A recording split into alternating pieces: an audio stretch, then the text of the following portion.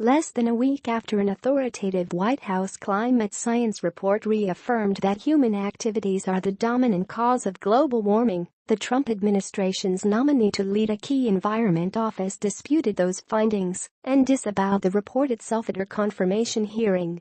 Kathleen Hartnett White, whom the administration wants to chair the White House Council on Environmental Quality, SEQT, dismissed the report as a product of the past administration and not of this president at a 7 November hearing conducted by the Senate Committee on Environment and Public Works. White, a non-scientist who does not believe in the scientific consensus that humans are the main driver of modern climate change, acknowledged at the hearing that climate change is real and that human activity more than likely has an effect on climate change. However, she said the extent to which it has had an effect I think is very uncertain. If White is confirmed and becomes chair of the SEQT, she would lead an office that coordinates federal environmental efforts. She currently is a senior fellow for energy and environment at the Texas Public Policy Foundation and was chairwoman and commissioner of the Texas Commission on Environmental Quality, TCEQ, from 2001 to 2007. Climate science takes center stage. At the hearing, White said that carbon dioxide, CO2, in the atmosphere has none of the characteristics of a pollutant that can have direct impact on human health, and she labeled CO2 as a plant nutrient. Asked by committee member Senator Jeff Merkley, D. Oregon, whether she believes that CO2 levels have risen dramatically, White responded, "No, I would not say they have gone up drastically.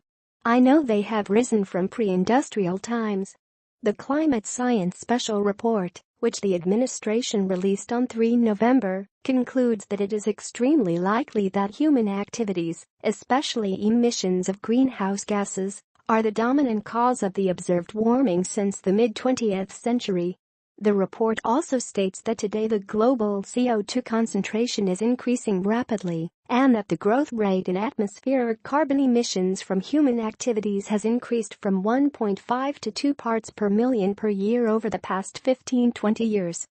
The climate science report needs to be taken seriously, Merkley told EOS after the hearing. Obviously, anything that disagrees with White's pre-established view that there is no damage from carbon dioxide she rejects outright. That's not helpful in taking on the challenges of the world. White's track record debated ++.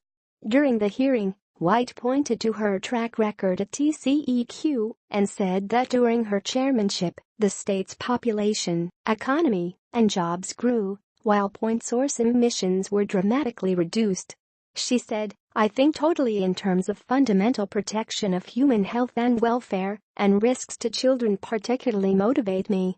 In her written testimony, she described herself as an environmental optimist who believes in and played a part in win-win environmental and economic outcomes. White also called herself a great champion of getting rid of red tape, noting that she would welcome the challenge of reforming the National Environmental Policy Act, including shortening the process for federal agencies to assess environmental impacts of their proposed actions before making decisions. Republicans, including Senator James Inhofe, R. Oklahoma, rose to her defense. "I understand several of the extremists are driving a narrative that you hate the environment and work to give cover to polluters when you were with TCEQ," Inhofe said.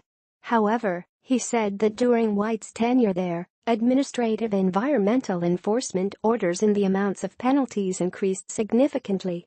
Yet a 17 October editorial in the Dallas News provides a different perspective of White's time at TCEQ.